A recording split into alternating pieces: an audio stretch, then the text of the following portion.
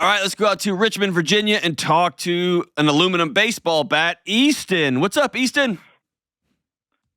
Hey, John. What's up? Good to talk to you, man. I am starstruck right now. I don't know about you. Dude, I don't get to talk to somebody named after baseball bats very often, Easton, so it's great to talk to you. It's fantastic. What's up, man? It's an honor. Thank you.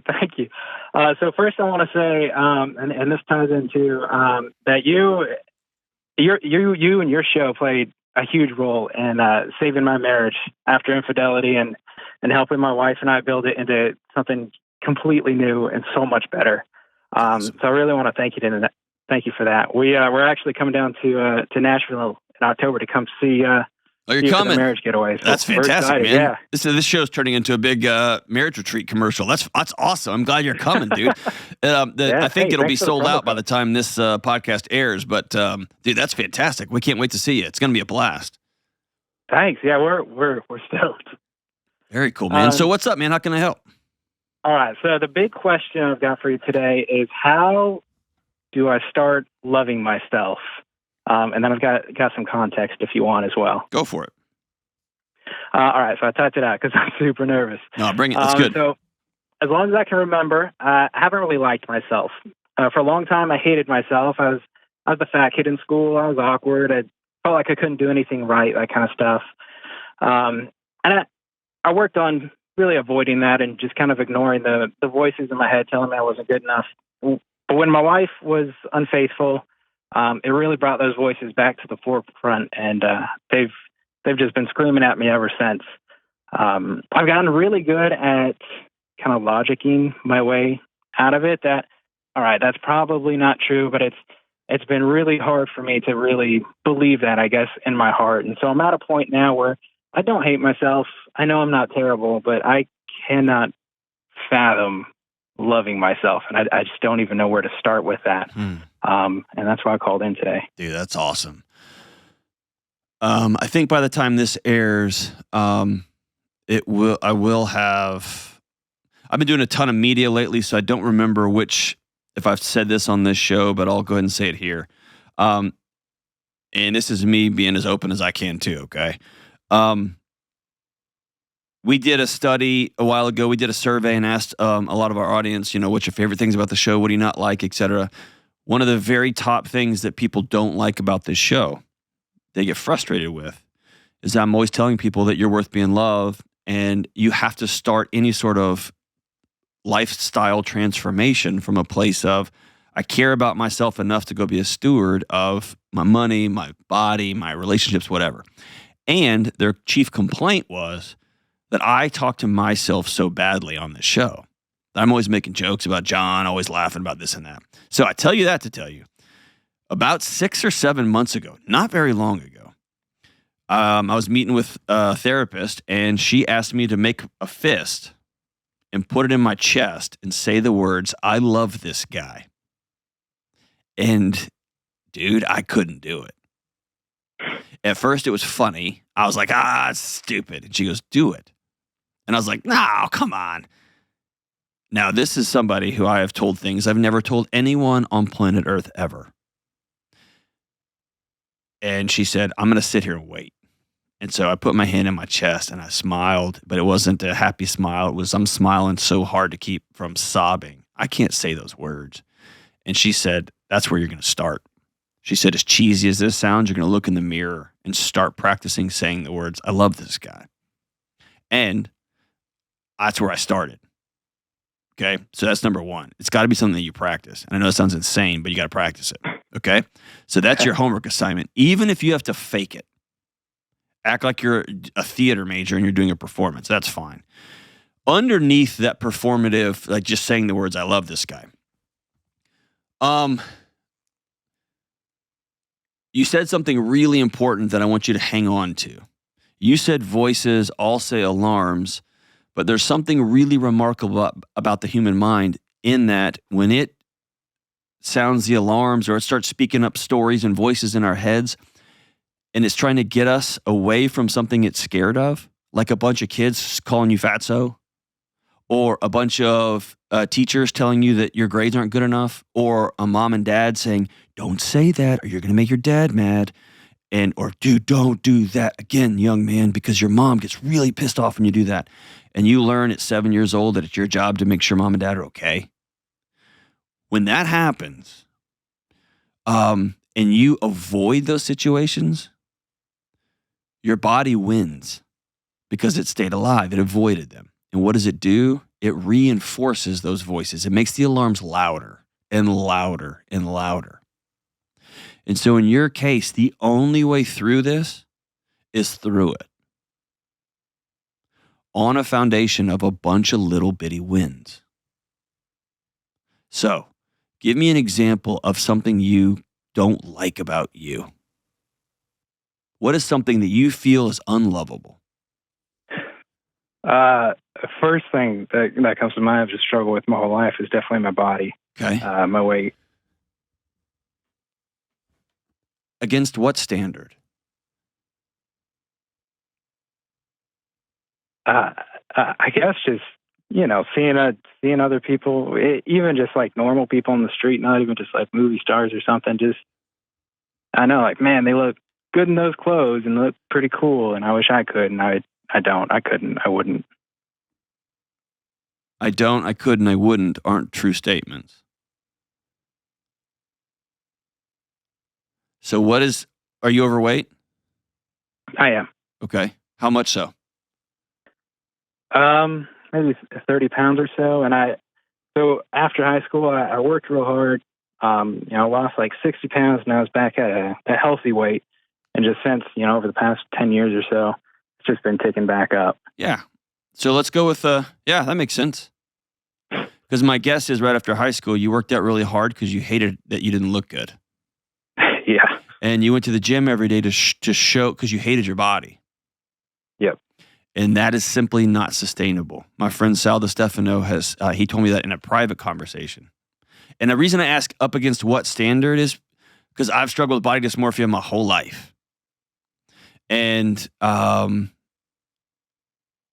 comparing myself to whatever the next standard is, whatever line I cross, like, oh, I look good now. I'm always on to, well, it's not Brad Pitt. You know what I mean? And it's like, as soon as you pass Brad Pitt, it's like, well, I'm not that model. And for you, it's not 100 pounds. It's not 60 pounds. Well, I'm 30 pounds. And when you play that game, the line will always move. My promise to you is if you lost 40 pounds tomorrow morning and you woke up with a six-pack abs, the line would move on you because you hadn't dealt with the underlying thing. Until you can get to a place where you say, I love Easton, so I'm going to take care of Easton. I love myself enough to go give myself an hour every morning of walking. I love myself enough. I'm just going to pass on the donuts. Do you see how different that is? That's a lifetime. That's sustainable. Yeah. That's how parents work 12 hours a day, 7 days a week because they love their kids. It's for something. It's not against something. So you're overweight. And with that comes all the shame of I should be working out. I should be not eating this. I look terrible. And then your wife goes and cheats on you. And it just confirms every one of those gnarly stories you've been telling yourself for years, right? Yep. Tell me how that went. It was interesting. I didn't discover it or anything. She had the courage to tell me. And luckily we're both big fans of your shows. And so, I'd heard, a bunch of episodes about people talking about, being cheaters and kind of what it's like on that side. And so worked real hard to have love and patience and grace for her. And, she really appreciated that. And so, I think I started looking at too, she made a decision and she made mistakes.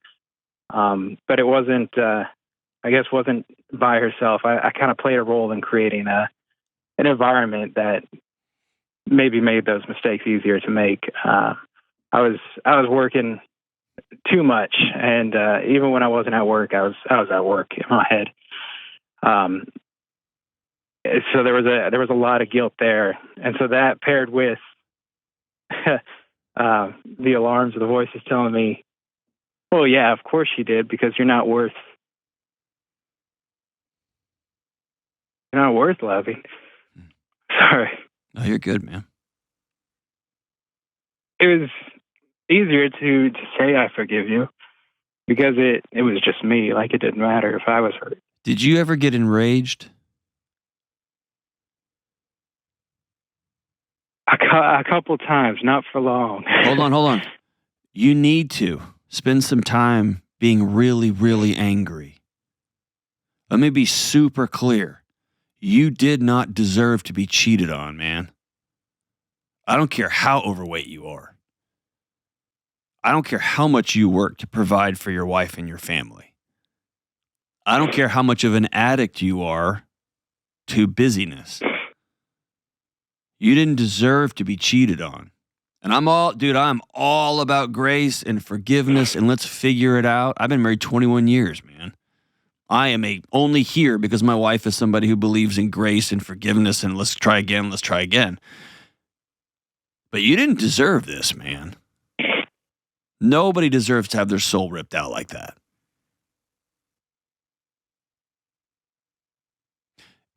My fear for you is you went, yeah, that makes sense. I can see that because I'm such a piece of crap.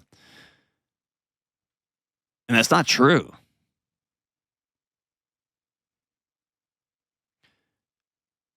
It's almost as though the person most invested in taking care of you and defending you is just kind of giving up on you, and that's you. What's the origin story of that? Who told you you weren't worth fighting for? I guess I just been hearing it. Not in those exact words, but most of my life, kids at school weren't terrible. They were kids, but stop, growing up, stop. You keep blowing it off. Listen, brother, my closest friends on the planet, my bestest friends for years, 40-year plus friendships, used to tackle me when we were in grade school, and they would have a little sticks and pine needles, and they would poke on all my zits because I had bad acne. And to this day, I struggle with that. And dude, we were kids. They were my friends. We were playing. I made fun of them because they were little. They made fun of me because I was humongous. I made fun of them because of X. They made fun of me because I had zits. And to this day. So you can't tell me like, they're just kids. That stuff still hurts and it stays with you forever, right? Yeah. Until you finally are honest with yourself about how much you were hurt, you're going to continue having to build these little duct tape bridges, these duct tape lily pads for you to walk over the swamp that is your life. I think it would be good for you to spend some time being honest. My mom said this, and that sucked. She shouldn't have said that. My dad used to say this, and he would hit me here and do this. That was the worst. And my mom treated my dad so bad. Or my dad spent you have to be honest. Those kids said these things, man, and they're still in there. Can you do that? I feel like I'm getting worked up in your behalf. I care about you feeling bad, I think, more than you do. I think so. Have you heard of the learned helplessness experiment they did with the dogs? Yeah, actually. That's you.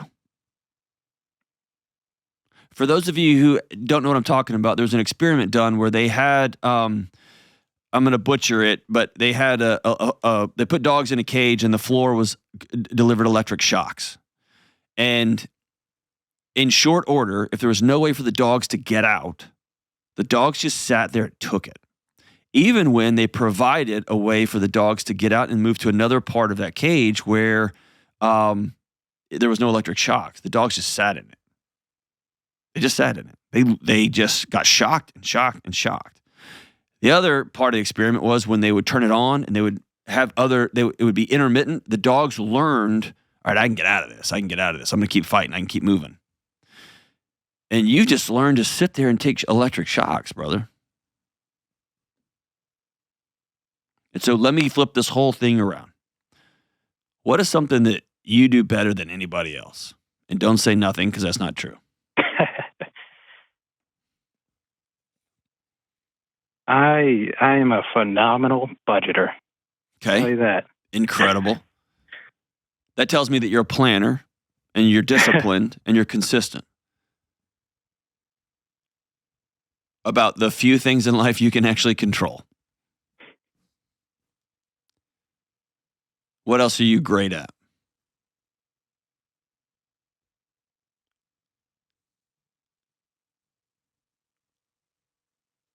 Um, Are you good at your job?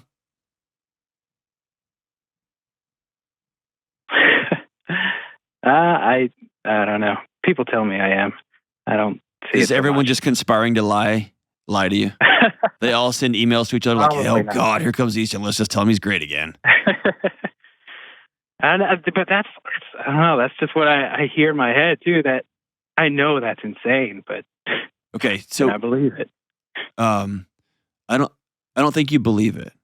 I think it protects you. And you and I could sit here for a long time and probably go back to some places where the things you were good at, maybe you're good in choir, maybe you're good at math. Those were the things that kids made fun of you about. I happen to be good at football and good at sprinting. And so those were things everyone high-fived in guitar. Those are things that high-fived me. People high-fived. My little brother was a savant at the cello, which is something that's easy to poke at. Maybe you were great at stuff that people poked at, whatever it happens to be. I think you actually believe your coworkers. I am pretty good at this because you wouldn't stay 20 hours a day because that's where you're getting your affirmation from. But I think you stay bubble wrapped in this. I got to tell myself it's not that good because I think something bad's going to happen. If I finally lean into this thing that I'm good at, then it's going to come crashing down. They're going to make fun of me. And that's where I want you to begin to seek some little wins. You've listened to the show a lot. Have you kept a journal that says 5 things I'm grateful for? Not recently. Okay. I used to. I want you to start a new journal. And it's 5 things I love about Easton every day. And Okay. I want you to tell your wife, she listens to the show too? Yep. Cool. Her job is to write down 3 to 5 things that she loves about you and read them to you every day. Listen, you're gonna have to feel somebody love you. And that feeling scares you to death, doesn't it? Yes, sir. Okay. That's the only path forward. The nerds call it vulnerability. I call it just being a human. You are going to have to practice learning to hear somebody when they say you did a good job. I love you. I'm sorry. And you go, oh, I deserved it. No. I accept your apology because you hurt me bad. And then how serious are you about changing, reimagining an approach to your physical well-being? I'm serious. I want it so bad. Okay. I want you to do a few things, okay? Sir. Number 1, I just got back from San Jose, spending some time with some of the greatest guys on the planet, the Mind Pump guys. I want you to make that podcast a regular listen, okay? Okay. They are 4 guys from the fitness and health industry that are changing the conversation because the traditional meathead approach is not working. Second, did my voice just crack? I'm going through puberty here. Second, I want you to hang on the line, and Jenna's going to hook you up. We're going to give you any of their workout programs that you want. Thank you. They're high-dollar workout programs. You can have any of them you want. And I want you to treat them so much. like a budget. You budget because it keeps you safe. You budget because you want to make sure the 70-year-old you has food. I want you to approach working out not as, this is what this fat body deserves. That's so bad. Such a wrong approach. I want you to approach it, I want to be able to run and be silly with my grandkids when I'm 70. I'm going to start putting money in the account now. I deserve to feel good when I wake up, not ugh. Right? I deserve to feel good. And it's a weird way. It's chicken or the egg, man. Do you start the affirmations and start exercising, or you start exercising and start feeling worthy of the affirmations? Do it all at the same time. I don't care. The second is, the third is, I'm going to hook you up with my buddy, Dr. Lane Norton, who's another incredible resource for nutrition. I'm going to hook you up with a 1 year of his Carbon app. Okay. And by the way, I've got no affiliation to Mind Pump guys. I don't make a penny off those guys. I don't make a penny from Lane stuff. Okay. I pay for his protein. I pay out of my own pocket for it. I won't even let him give it to me for free. But I use a Carbon app this morning. I want you to use it, and it's a good way to track nutrition and just to help you be accountable, just like you track your expenses. Okay. Okay. I'm going to give you. Those are two of the best tools out in the industry right now. The final thing I'm going to tell you is you have to write letters to the 5-year-old you, to the 10-year-old you, to the 15-year-old you. Probably 2 to 3 to 4 pages. And I want you to be honest about what you went through. If you have to stop and weep, great. But I want you to be honest about what you went through. I want you to be honest about what was said to you and how hard it was. And maybe in your 30-year-old state, you're like, it wasn't that big of a deal. But it was to you back then. So own it. Choose reality in that moment. Own it, own it, own it, own it, own it. Whew. And as you begin to stand a little taller, don't be surprised if you find yourself super angry that your wife cheated on you. You should be. That doesn't mean you go backwards, but that does mean you have to feel all the emotions related to infidelity. They're hard and they ripple through your life for a long time.